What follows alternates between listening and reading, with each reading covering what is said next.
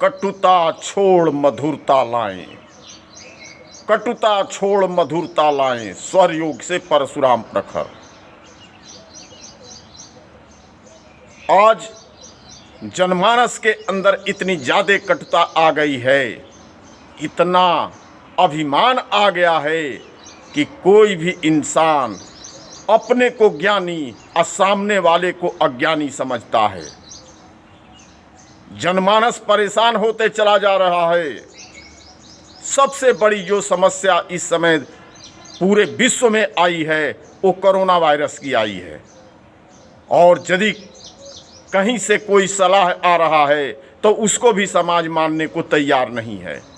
फिर इन परिस्थितियों में कोरोना वायरस से बचने के लिए क्या कर रहे हैं? वैक्सीन बनाइए। सरकार के ऊपर हर बात को थोपा जा रहा है कि सरकार क्या कर रही है, तो मैं इतना ज़रूर कहना चाहूँगा कि सरकार जो कर रही है वो बड़ा ही सुंदर कर रही है। सरकार का काम है, घर का मुखिया जिससे घर की सुरक्षा करता है उस तरह से सबसे पहले भारत सरकार देश के बॉर्डर की सुरक्षा कर रही है।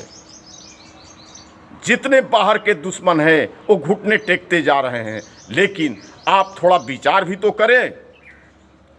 अपने स्वास्थ्य के लिए आप नहीं विचार करेंगे तो दूसरे के बलबूते पर कब तक चलेंगे? पीछे लॉकडाउन लगा, घर के अंदर बैठे, फिर लॉकडाउन लगते जा रहा है, कोरोना बीमारी फैलते जा रही है। आप सबसे पहले ध्यान करें कि मानव प्राणी के शरीर को चलाने के लिए, स्वस्थ रखने के लिए किन चीज़ों का ध्यान देना चाहिए। स्वर योग के तरफ से मैं बोल रहा हूं और इस पर आप विचार करें। किसी भी मानव को भूख लगनी अति आवश्यक है। आज जो भोजन कर लेते हैं, पेट में कचरा आ जाता है तो शरीर से कचरा निकलना यानी मल त्याग होना भी अति आवश्यक है। एक छोटा सा उदाहरण दे रहा हूं। बाजार में जाते हैं और 10-10 की नोट, 5, 7, 10 आपके जेब में पड़ी है, तो आप क्या करते हैं? 10 रुपए का सामान लिए तो सारी नोट निकाल करके और उसमें से जो सबसे गंदी नोट होगी वही दुकानदार को पकड़ाएंगे। ये बताइए, गंदी नोट में और ताजी नोट में क्या फ़र्क है? फिर भी गंदा देख करके आपका मन होता है कि गंदी नोट को ही दुकानदार को दें। लेकिन कभी आप इस पर विचार करते हैं कि जो भोजन करते हैं शरीर के अंदर उसका कचरा है, उस कचरे को शरीर से निकलना चाहिए कि नहीं निकलना चाहिए? मैं समाज में देख रहा हूँ 3-3 दिन तक मल त्याग लोग नहीं करने जा रहे हैं, चूरन खा रहे हैं। चूरन कब तक खाते रहेंगे आप? पहला पॉइंट, इंसान को भूख अच्छी लगनी चाहिए। दूसरा पॉइंट, शरीर से मल त्याग सही होना चाहिए। और तीसरा पॉइंट, नींद अच्छी आनी चाहिए। यदि तीनों चीज़ें किसी भी इंसान की सही है तो बीमारी कोई सी भी नहीं लगेगी। और यदि दवा से उब चुके हैं तो योगा पूरे विश्व में चल रहा है। रोग का निदान दवा नहीं योग है, रोग से योग तक रोगी भी निरोगी बन सकता है। लेकिन जब तक आप अपने से तैयार नहीं होंगे तब तक ये कार्य संभव नहीं है।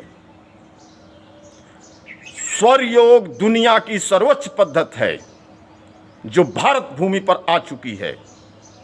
कभी समय ऐसा था कि इस धरती पर योगी और योगी के सेवक दिखाई देते थे, लेकिन आज स्थिति क्या है? न कहीं योगी दिखाई दे रहा है और न योगी का सेवक दिखाई दे रहा है। शरीर की आंतरिक संरचना बिगड़ जाने से मानसिक संतुलन सही नहीं रह रहा है। कोरोना को लेकर परेशान हैं, आप स्वयं विचार करिए। शुगर से लेकर परेशान नहीं है? शुगर क्या चीज़ है? मैं जो कुछ भी कह रहा हूं उस बात को आप ध्यान से सुने और विचार करें। माने न माने वो आपका काम है। शुगर के किसी भी मरीज से बात करके देखिए, उसको मल त्याग सही नहीं होता है।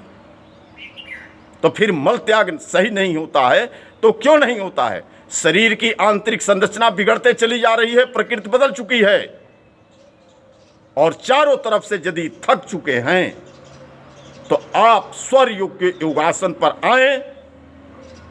योग करते हैं लोग, देखते होंगे खाली पेट करते हैं, लेकिन स्वर योग के योगासन यदि आप इजाजत दे रहे हैं तो 2-4 योगासनों का नाम दे रहा हूं, उसको सर्च करिए, ढूंढिए। नहीं मिल रहा है तो जहां तहां स्वर योग के सेवक भारत भूमि पर भ्रमण कर रहे हैं, उनसे मिलिए, 15 दिन का कोर्स लीजिए और अपने को स्वस्थ दीर्घायु बनाइए। स्वर योग का योगासनों का आप सुने, सर्पाकार योगासन, वायुमाकार योगासन, सिंहासन, जोड़ासन, पगपासन, डड़ग्गासन, डड़ग्गासन भाग 2, बैठकासन, निद्रासन, इस तरह से उनके नाम हैं। और आप 15 दिन का प्रशिक्षण लें और दवा मुक्त, रोग मुक्त हों। स्वर योग का योगासन खाली पेट करने की अनुमति नहीं देता है। आप खाली पेट स्वर योग का कोई सा भी योगासन न करें। और आपका अपना ही चैनल परशुराम प्रखर के नाम से है, परशुराम प्रखर को सर्च करें और देखें तो उसमें भी कुछ योगासन पड़े हुए हैं, जैसे चुकमुकासन भाग 1, चुकमुकासन भाग 2, अस्मिकासन। जल के द्वारा बहुत सारी क्रियाएं बताई गई हैं, एक बार अपना के तो देखें कि आपको लाभ मिल रहा है कि नहीं मिल रहा है। यदि स्वर योग को अपनाएंगे तो सेव लाइफ रिजेक्ट मेडिसिन को भी सफल बनाएंगे।